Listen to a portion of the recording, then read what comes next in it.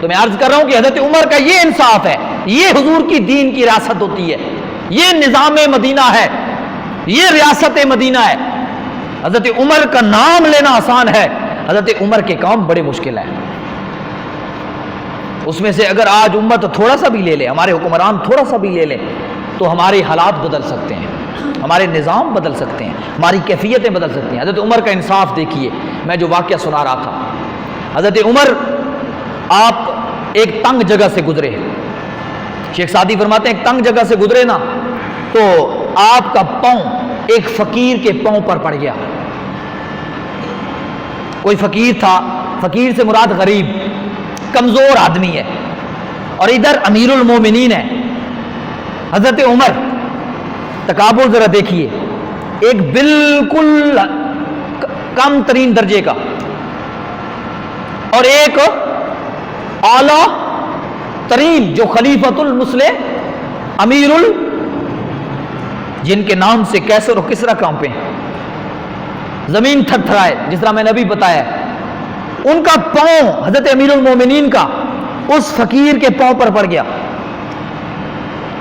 وہ شیخ سعدی فرماتے ہیں ندانس درویش بیچارہ کوس، وہ فقیر بیچارہ کیا جانے کہ یہ کون ہے، اس کو نہیں پتا تھا کہ یہ کون ہے، کیونکہ پروٹوکول تو ان کے ذہن میں کوئی بات ہی نہیں تھی، وہاں پروٹوکول کا تو کوئی تصور ہی نہیں تھا کہ 50-50 گاڑیاں آگے اور 50-50 گاڑیاں، یا ایک 10,000 گھوڑے پیچھے اور 10,000 آگے ہوں، جب نکلیں تو اتنے بڑے بڑے جھبے ہلے پہنے ہوئے ہوں جو شاہ پہنتے ہیں۔ اس فقیر کو حضرت عمر کی پہچان نہیں تھی کہ یہ وقت کا امیر المومنین ہے۔ رنجید دشمن ندانت سے دوست، اور پھر آپ نے کہا کہ جو بندہ ویسے بھی غم میں ہو نا، اس کو دوست اور دشمن کی پہچان ویسے بھی نہیں ہوتی، یعنی جیڑا بندہ دکھ جو ہے اس کو اس ٹائم کوئی پہچان نہیں ہونی کہ میرا دوست کون ہے، اور وہ ہر کسی پہ ہاتھ مارتا ہے، دشمن کی بھی دوست، دشمن کو بھی دوست سمجھ لیتا ہے، مجبور ہوتا ہے نا، اس کو سمجھ نہیں لگتی، وہ کہتے ہیں اس کو سمجھ نہ لگی، مشکل میں پڑ گیا، پاؤں پہ تکلیف آئی تو اس کو اور زیادہ بدک پڑا، بر آشفت، وہ کہتے ہیں حضرت عمر پہ بگڑ گیا اور کہنے لگا کوری مگر کہ تو اندھا ہے۔ حضرت عمر کو اس لہجے میں کہتے ہیں کہ شاید تو اندھا ہے۔ اب امیر المومنین کو، خلیفۃ المسلمین کو، جس کو آپ کہہ لیں وقت کا صدر، جس کے اختیار میں سب کچھ ہے، جس کا ایک کلمہ ہر چیز کو بدل دیتا ہے، جس کا ایک کلمہ حضور کی ترجمانی کرتا ہے، کیونکہ خلیفہ کا مطلب یہ ہوتا ہے کہ وہ حضور کا نائب ہوتا ہے، اس کے ہاتھ پر بیعت اللہ کے نبی کے ہاتھ پر بیعت ہوتی ہے۔ خلیفۃ المسلمین کا مطلب یہ ہوتا ہے کہ وہ حضور کا نائب ہوتا ہے۔ حضرت عمر پہ بگڑ گیا، کہنے لگا کہ تو اندھا ہے، اللہ اکبر، بدو گفت سالار عادل عمر۔ شیخ سعدی فرماتے ہیں اللہ اکبر، آپ نے لفظ بھی عادل، آپ نے فرمایا وہ منصف سردار حضرت عمر جو انصاف کے دامن سے بھرا ہوا، اس نے بولا نکورم ولیکن خطا رفت کار۔ یہ جملے اب کون کہے گا؟ یہاں تو لوگ گاڑیوں کے نیچے 3 بندوں کو دے دیتے ہیں، بڑے لوگ، کئی دفعہ ایسا ہوا ہے تو ان کو پوچھتا ہی کوئی نہیں، کیونکہ جی وہ بڑے لوگ ہیں، یہاں تو کیا سے کیا کر جاتے ہیں لوگ، ان کو بڑوں کو کوئی پوچھتا نہیں۔ اور سنیے، حضرت امیر المومنین نے یہ نہیں فرمایا کہ تو کون ہوا مجھے اندھا کہنے والا، تیری یہ جرأت کیسے ہوئی کہ تو میرے بارے میں یہ جملے کہے، جس طرح آج کل کے ان کی کیا جرأت کہ ہمارے بارے میں یہ رائے کریں۔ آج تو کوئی اپنے بارے میں رائے بھی دینا جائز نہیں سمجھتے، کسی بڑے آدمی کے بارے میں 2-4 جملے کہو، دوسرے دن آپ کو اٹھا کے لے جائیں گے اور ایسی مار ماریں گے کہ زندگی بھر شاید آپ کے منہ پر دوبارہ اس کے بارے میں لفظ بھی نہیں آئیں گے۔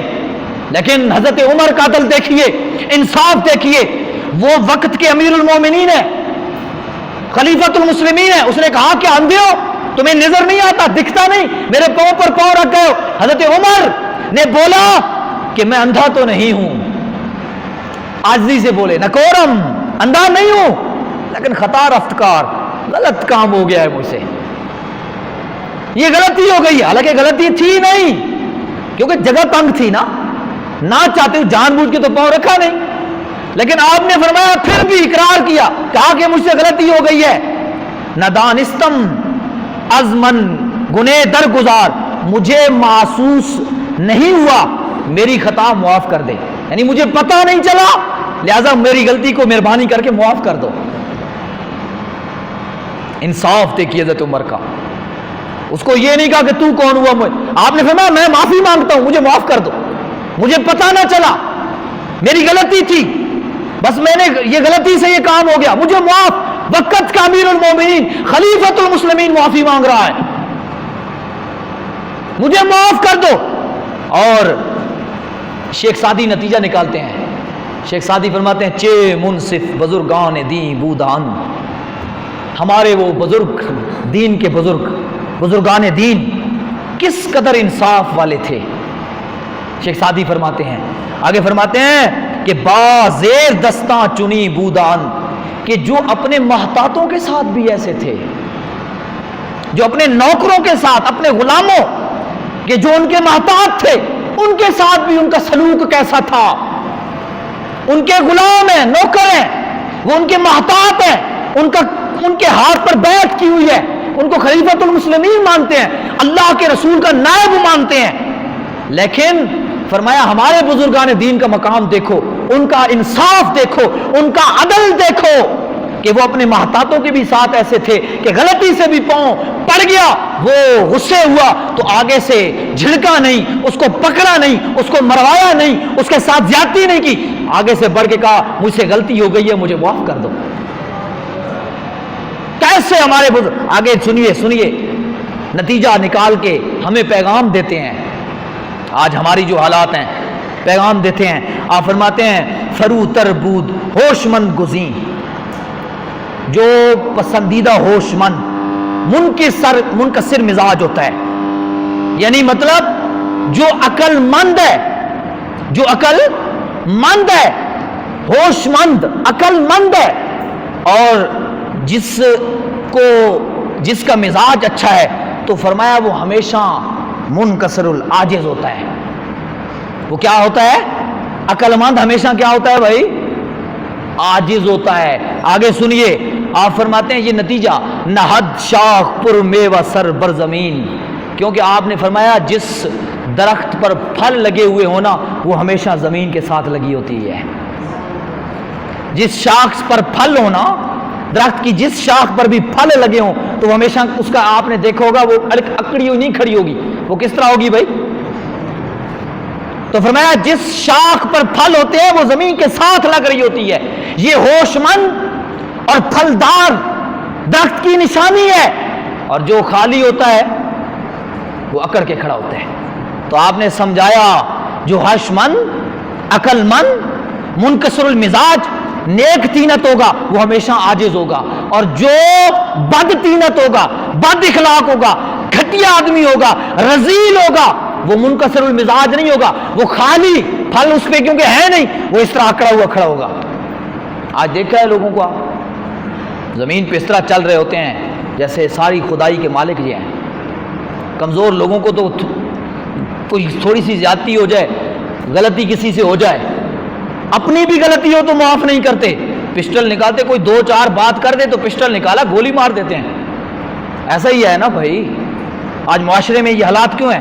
کوئی اگر غلطی اپنی بھی, ہم سے بھی غلطی زیادہ تر موٹر سائیکلوں پہ ہو جاتی ہے, گلی میں آتے جاتے ہو جاتی ہے. ایک معاشرہ ہے تو اس میں رہتے ہوئے انسان کے ہزار ایک دوسرے کے ساتھ معاملات ہو جاتے ہیں, یا دور تو بڑی چھوڑیے, گھروں میں میاں بیوی کا تھوڑا سا جھگڑا ہو جائے تو کوئی ایک دوسرے کو معاف کرنے کے لیے, ہوش مند وہ ہوتا ہے کہ جو سمجھداری سے کام لیتا ہے. یہاں میاں بیوی کو معاف نہیں کرتی بیوی, نتیجہ طلاقوں تک پہنچتا ہے, اور پھر نتیجہ کہاں تک پہنچتا ہے کہ نسلیں بگڑ جاتی ہیں, کیونکہ اولادیں ہوتی ہیں تو پھر وہ بے سہارا ہو جاتی ہیں.